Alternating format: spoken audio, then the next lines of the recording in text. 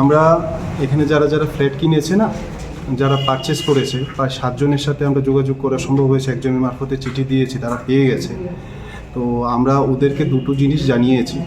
একটা হলো এই যে প্রজেক্টের নামটা যেটাই নির্ধারিত হয় মূল এগ্রিমেন্টে, এটা নিয়ে রেরা থেকে রেজিস্ট্রেশন সার্টিফিকেট বের করতে হয়। এই সার্টিফিকেট ধরে, এই নাম ধরে পার্টিদের সাথে এগ্রিমেন্ট করতে হয়।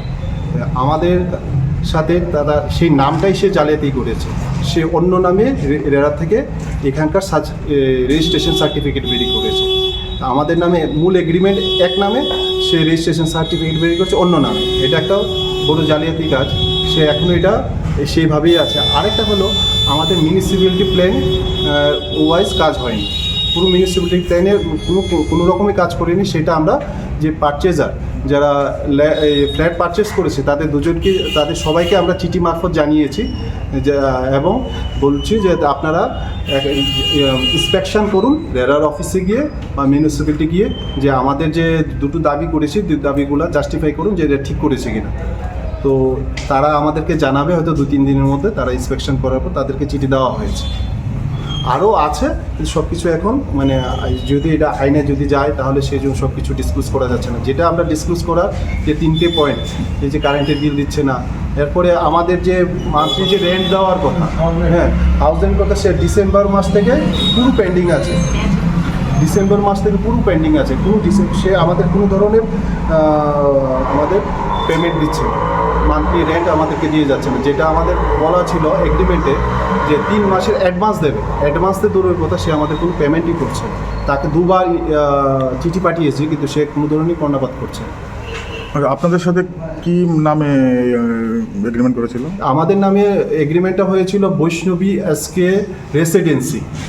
আর পার্টিদের সাথে আর রেরা থেকে রেজিস্ট্রেশন বের করেছে সে বৈষ্ণবী এসকে অ্যাপার্টমেন্ট। আর আইনগত বশত আপনাকে বৈষ্ণবী এসকে অ্যাপার্টমেন্টেই নামে এগ্রিমেন্ট করতে হবে, কারণ রেরা থেকে যে সার্টিফিকেটটা বেরিয়েছে। আর দ্বিতীয়ত কথা হলো সে বৈষ্ণবী এসকে রেসিডেন্সি যে নামটা পরিবর্তন করেছে, কেন করেছো তার থেকে রেজিস্ট্রেশন সার্টিফিকেট, এটা আমার অধিকার হয়, যে আমার পাওয়া অধিকার। তাকে না হলো 2-3বার চিঠি দিয়েছি যে তুমি আমাকে সার্টিফিকেটটা দাও, সার্টিফিকেটটা দাও, সার্টিফিকেটটা দাও। এখনও অবধি আমি সার্টিফিকেট ওর থেকে পাইনি। এমনকি আমি রেরার অফিসেও আমরা আরটিআই করেছি সার্টিফিকেটের জন্য, যে এই সার্টিফিকেটটা আমাকে দেওয়া হোক, এটা আমার মানে আমার রাইটস, এটা চাওয়া। তো এখনও অবধি তাদের থেকেও পাইনি। ওইটা হয়ে গেছে। রেরা অফিস থেকে মানে কি পদক্ষেপ নিয়েছে ইতিমধ্যে? রেরার অফিসে এখন রেরাতে এটা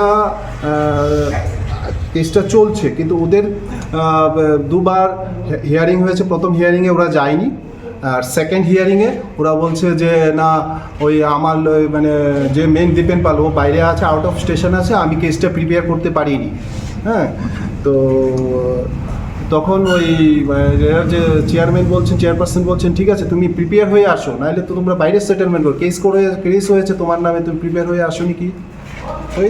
এইভাবে দুটো হিয়ারিং বাতিল হয়ে গেল। নেক্সট হিয়ারিং কবে রেখেছে? এখন অবধি আমাদের কাছে কোনো হোয়াটসঅ্যাপে কোনো মেসেজও আসেনি, কিছু আসেনি। হয়তো বা আজকালে এসে যাবে।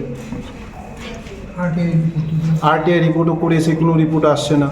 এই এএমসিতে টেকনিক্যাল ইন্সপেকশন, আরেকটা বলছি যে এখানে যে টেকনিক্যাল ইন্সপেকশন করে গেছে সম্ভবত জানুয়ারি মাসে, না হ্যাঁ জানুয়ারি মাসে সম্ভবত 7 ডেজের মধ্যে টেকনিক্যাল ইন্সপেকশনের রিপোর্ট দেওয়ার কথা ছিল।